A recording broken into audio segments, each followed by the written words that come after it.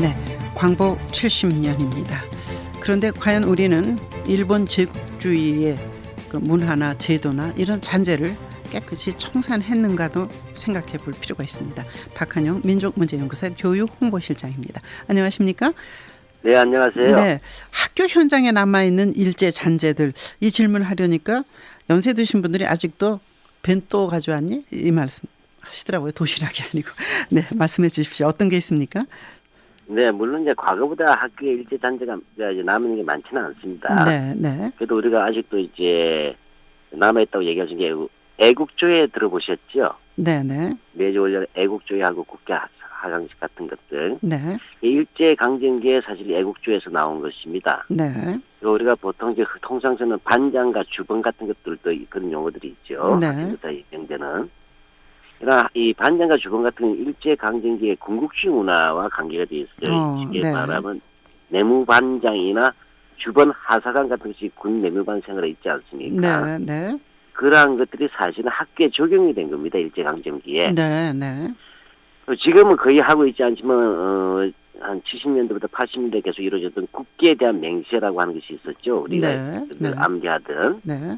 지금은 별로 하지 않습니다만은 이것은 만들어질 때부터 일제 강점기에 천황폐하에 대한 맹세라고 하는, 즉 황국신민서사라고 하는 것을 본뜬 것에 대해서 비판이 많았습니다. 네. 또 국민교육 헌장 같은 경우에도 사실은 실제 만들어질 때부터 이게 국가주의 교육인데 네. 일제 강점기에 일본 천황의 명예로 발표됐던 교육 칙어를 본뜬 것이다. 네.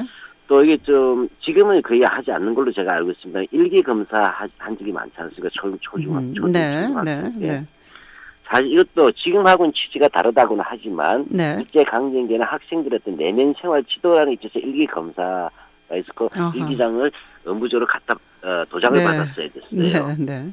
예, 그리고 표창장 같은 경우에도 지금 다 문장들이 남아 있는 게 보면 그 성적 우수자에게 보면 이 사람은 학업 성적이 우수하고 품행이 달라서 이런 규절이 상투제 들어간 게 있지 않습니까? 네. 이게 사실 일제 강점기에 이 바로 나온 그 용어를 그대로 옮긴 것입니다. 네. 지금 말씀 그다음에 들으면 이제 네. 지금은 이제 사실상 사라졌습니다만 이제 한때는 그 영화에서는 이제 볼 수 있게 됐지만 스포츠머리나 교복 같은 게 있었죠. 네. 예, 이런 것도 마찬가지고 특히 또 우리 학교 보면 표 같은 게 많이 있었지 않습니까? 네. 여러 가지 뭐 교육 입국이라든지 무슨 주간 이런 식으로 해서 네.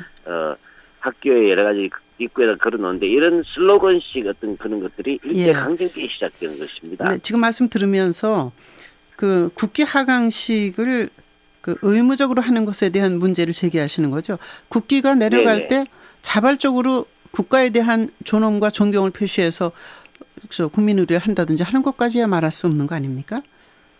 예, 근데 사실은 일제 강점기만 하더라도 아침, 점심, 저녁 3번 하게 돼 있었어요. 네네. 이러한 국기 하강식의 의례 같은 것들이 뭐냐면 이제 자발적으로 이렇게 이루어지는 것이 아니고 제도화되고 강요될 때가 참 문제가 되지 않습니까? 네, 그러니까 제 질문이 바로 그겁니다. 자발적으로 하는 것까지야 문제 삼으실 건 아니지 않습니까? 이런 말씀입니다. 그렇죠. 또 그러니까 스포츠 머리를 말씀하셨는데 그 머리를 그렇게 하고 싶은 사람도 있고 또 젊은이들은 요즘 뭐 아주 그냥 빡빡 깎기도 하고 여러 가지 하는데 그걸 또 그 속에 넣어서 말씀하시는 것과 또 하나 교복의 문제에 있어서 어느 학교에는 학교 재량으로 교복을 그냥 입는 학교도 있고 또 그렇지 않은 학교도 있지 않습니까? 네네. 그래서 제가 이 스포츠 머리 같은 거 교복 같은 경우에는 제가 70년대, 80년대까지 유지가 되어 하나 획일화된 시스템으로. 획일화된 것의 문제를. 지금은 이제 그것이 사라졌다고 하지만 영화 같은 데서 제가 볼 수 있다고 지금도. 네. 그래서 과거에는 이제 학교가 제일 심했다는 하나의 예시로서 제가 말씀을 드렸습니다. 네, 네. 그리고 애국심이라고 하는 것은 자발적으로 하는 것이 누가 뭐라 하겠습니까? 그게 외부로부터 주입될 때 실제 애국심이 아닐 수가 있지 않습니까? 네. 강요되는 것이지. 이런 문제점들이 일제 강점기는 조선인 학생들에게 주입될 수밖에 없었죠. 네. 각종 제도나 의례를 통해서. 예. 그러한 부분들이 우리도 좀 이렇게 외면적인 으로 강요되는 애국심은 좀 문제가 있다 이렇게 생각합니다. 예. 참 뭐 한일 관계 아베 신조 총리의 저기를 보면 어떻게 발전적으로 가야 될지 어떻게 보십니까? 네. 네, 그 한일 관계에서는 제일 가장 중요한 것이 뭐냐면 우리 내부에 일제 잔재 청산이 없이 일본에 대해서 한일 과거사를 하기는 참 민망하지 않겠습니까? 네.